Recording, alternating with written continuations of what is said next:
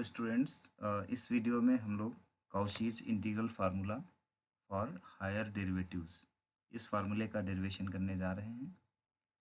तो इस फार्मूले का सबसे पहले हम लोग स्टेटमेंट देख लेते हैं। इस फार्मूले में किसी एनालिटिक फंक्शन एफ जेड के हायर डेरिवेटिव्स को निकालने के लिए ये फार्मूला होता है।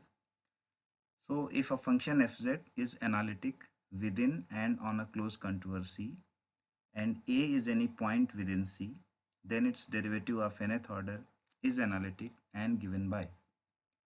So this is the formula called Cauchy's integral formula for higher derivatives. You can see इसमें n ये जो f to the power आप ब्रैकेट में n देख रहे हैं, ये nth डेरिवेटिव को डिनोट कर रहा है। तो the nth derivative of the function at some point a is given by n factorial upon 2 pi I integral F Z upon Z minus A to the power N plus one D Z. यहाँ पर ये जो integral है ये इस contour सी पर किया जाता है। और इस फार्मूले का यूजुअली जो बुक्स में प्रूफ दिया होता है वो प्रिंसिपल ऑफ मैथमेटिकल इंडक्शन का यूज़ करके करते हैं, जो कि काफ़ी कॉम्प्लिकेटेड होता है। तो यहाँ पर हम लोग एक अल्टरनेटिव एक दूसरे मेथड से इसका प्रूफ करने जा रहे हैं, जो कि काफ़ी ईजियर है as compared to that one given in the books. So let's see how we will do the proof of this formula. देखिए ये हायर डेरिवेटिव्स के लिए काउचीज फार्मूले का प्रूफ करने जा रहे हैं। तो उसके लिए जो बेसिक वर्जन है काउचीज इंटीग्रल फार्मूला का हम उसका यूज़ करेंगे, यानी स्टार्टिंग करेंगे जो ओरिजिनल काउचीज इंटीग्रल फार्मूला होता है, जो कि आप देख सकते हैं ये काउचीज फार्मूले का ओरिजिनल वर्जन है। इसमें फंक्शन की वैल्यू उस पॉइंट ए पर बताई जा रही है। F of a is equal to 1/2 pi i integral is always taken along that contour c. तो अगर यहाँ पे सी नहीं लिखा हुआ है तो उसको अंडरस्टूड माना जाएगा। और ये आपका काउचीज इंटीग्रल फार्मूला है जो उसका ओरिजिनल वर्जन होता है। अब यहाँ पर हम लोग क्या ट्रिक यूज़ करेंगे कि हमें डेरिवेटिव एफ ऑफ ए का डेरिवेटिव nth डेरिवेटिव चाहिए। तो हम लोग ए के रेस्पेक्ट में इस फार्मूले को सक्सेसिवली बार बार डिफ्रेंशिएट करेंगे और nवें डेरिवेटिव तक हम इसको लेकर के जाएंगे। और यहाँ पर z को कांस्टेंट की तरह एज्यूम करेंगे, जैसे कि पार्शियल डिफरेंशिएशन किया जाता है। तो differentiating partially with respect to a, यानी डिफरेंशिएशन ए के रिस्पेक्ट में करने जा रहे हैं और z को हम लोग कांस्टेंट की तरह बिहेव करेंगे। तो चूंकि ये जो इंटीग्रल है ये z के रिस्पेक्ट में किया गया है, तो आपका डिफरेंशिएशन करते समय ये इंटीग्रल कोई इफेक्ट नहीं डालेगा, क्योंकि इंटीग्रल जो है वो z में है और हम डिफरेंशियल किसके रिस्पेक्ट में कर रहे हैं, a के रिस्पेक्ट में कर रहे हैं। तो पहला स्टेप ये है कि differentiating partially with respect to a। तो देखिए पहला डेरिवेटिव यहाँ पर किया गया है। तो ये 1/2 पाई आई ये जो है ये कांस्टेंट है। इंटीग्रल से हमारा कोई मतलब नहीं है, क्योंकि हमें सिर्फ a को यहाँ पर वेरिएबल मान करके उसका डेरिवेटिव करना है। तो जो चीज़ें कांस्टेंट हैं वो अपनी जगह पर एज इट इज़ रहेंगी। जैसे कि ये जो एफ जेड है आप देख रहे हैं एफ जेड अपनी जगह पर है। उसके अलावा ये जो डी जेड है वो भी अपनी जगह पर है, डी जेड अपनी जगह पर है, एफ जेड अपनी जगह पर है। और ये जो आप देख रहे हैं 1/z माइनस ए, ये जो 1/z माइनस ए इतना पोर्शन है, इसका ही डिफ्रेंशिएशन आपको करना है। तो जैसे कि 1/x का डिफरेंशियल क्या होता है, 1/x का डिफरेंशियल होता है -1/x²।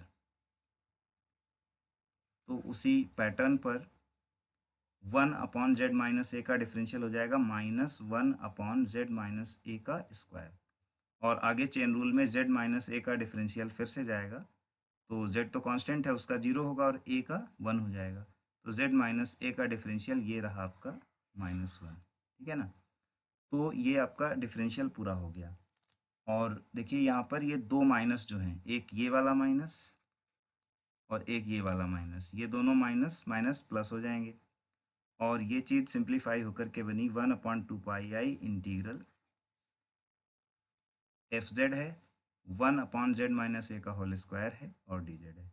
देखिए हमने फर्स्ट ऑर्डर का डेरिवेटिव तो कर लिया। अब हम एक बार फिर से इसको डिफ्रेंशिएट करेंगे so as to get the second order derivative. Differentiating once again with respect to a we get the second order derivative. तो देखिए सेकेंड ऑर्डर डेरिवेटिव आ गया है। अब इसका डिफरेंशिएशन फिर से देखिए कैसे किया गया। 1/2 पाई कॉन्स्टेंट है, इंटीग्रल एफ जेड अपनी जगह पर है, ठीक है ना। हमें सिर्फ डिफरेंशियल इस पोर्शन का करना है, इतने पोर्शन का हमको डिफरेंशिएशन करना है, ठीक है, क्योंकि बाकी चीज़ें एफ जेड और डी जेड ये सब क्या है, ये सब कॉन्स्टेंट्स हैं। तो अभी 1/x² का डेरिवेटिव का फॉर्मूला क्या होता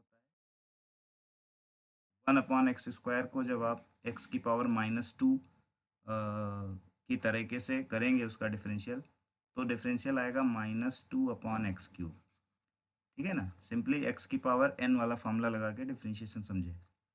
तो 1/z - a का होल स्क्वायर, इसका डेरिवेटिव होगा -2/z - a का होल क्यूब, और फिर z - a का डिफरेंशिएशन चेन रूल से करेंगे तो वो फिर से -1 आएगा। हर बार ये ऐसे ही होगा।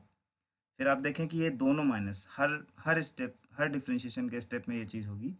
ये दो जो माइनस आते हैं, एक ये -2 के साथ जो है, और एक ये -1 के साथ जो है, ये दोनों माइनस हमारे प्लस हो जाते हैं। और finally f double dash a जो है ये आ जाता है इतना, f double dash a is equal to 1/2 pi integral f z into 2/z - a to whole power 3 dz। अब देखिए हमने सेकेंड ऑर्डर का डेरिवेटिव फाइंड आउट कर लिया है। अब एक स्टेप और करते हैं और इसका एक डेरिवेटिव a के रेस्पेक्ट में और करते हैं। और हाँ, इस चीज़ में यहाँ पर एक ये देखिए कि ये जो 2 है इसको हम बाहर ले आते हैं और इसे 1/2 लिख लेते हैं। इंटीग्रल के अंदर एफ जेड और 1/z - a का क्यूब इतना रह जाता है।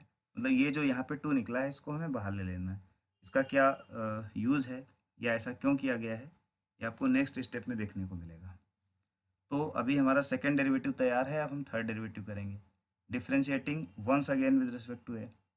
Now we get triple dash a, third derivative.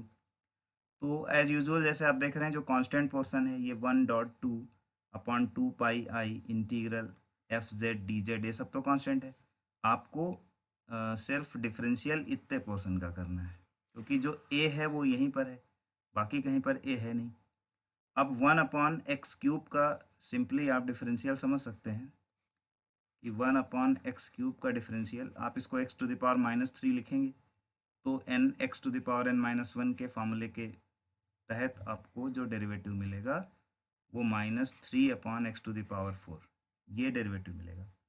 तो इस पैटर्न पे अगर देखें तो इसका डेरिवेटिव हो गया -3/z - a⁴, और फिर z - a का डेरिवेटिव -1 मिलता है हर बार की तरह। फिर ये दोनों माइनस, एक ये माइनस, एक ये जो -3 के साथ माइनस है, और ये जो -1 के साथ माइनस है, ये दोनों माइनस फिर से प्लस हो जाते हैं, और हमारा इंटीग्रल सिंप्लीफाई होकर के लिखा जाएगा। जैसे पिछले स्टेप में हमने 2 को बाहर लिया था, वैसे ही इस स्टेप में इस 3 को भी हम यहाँ से लेकर के यहाँ बाहर लेके आएंगे, और ये 1 2 3 1 × 2 × 3 ये कॉन्जिक्यूटिव नंबर्स का प्रोडक्ट होने लगा है। 2 pi integral f z 1/z - a⁴ dz, ठीक है ना। तो अभी देखिए हमने थर्ड ऑर्डर का डेरिवेटिव कर लिया है। अब हम इस चीज़ को जनरलाइज करते हैं, और हमने एक पैटर्न सेट कर लिया है। हम देख रहे हैं कि जैसे सेकेंड ऑर्डर डेरिवेटिव में 1 × 2 आ रहा है, थर्ड ऑर्डर के डेरिवेटिव में 1 × 2 × 3 आ रहा है। तो इसी तरह से हम देख सकते हैं कि अंदर एफ जेड डी जेड हर बार आता है, और जिस ऑर्डर का डेरिवेटिव होता है उससे एक ज़्यादा पावर यहाँ पे देखने को मिल रही है। यानी सेकेंड ऑर्डर के डेरिवेटिव में z - a⁴ आप देख सकते हैं, जो थर्ड ऑर्डर का डेरिवेटिव है उसमें पावर 4 आप देख सकते हैं। इसका मतलब है कि जिस ऑर्डर का डेरिवेटिव हम करेंगे उससे एक ज़्यादा पावर आएगी। So now we have a pattern and then we can generalise the process for nth derivative. तो अब हम लोग देखेंगे कि हमारा जो nवां डेरिवेटिव है वो कैसे आएगा। So this is the final step, differentiating n times as above we get the nth derivative. nth derivative का फॉर्मूला देखिए क्या बनेगा। जैसे हमने देखा थर्ड ऑर्डर के डेरिवेटिव में 1 × 2 × 3 तक था, तो उसी पैटर्न पे चलेंगे तो nth ऑर्डर के डेरिवेटिव में हमारा प्रोडक्ट ये कहाँ तक जाएगा, 1 × 2 × 3 dot dot dot dot product कहाँ तक जाएगा, n तक, और नीचे 2 पाई हर एक की स्टेप में मिल रहा है।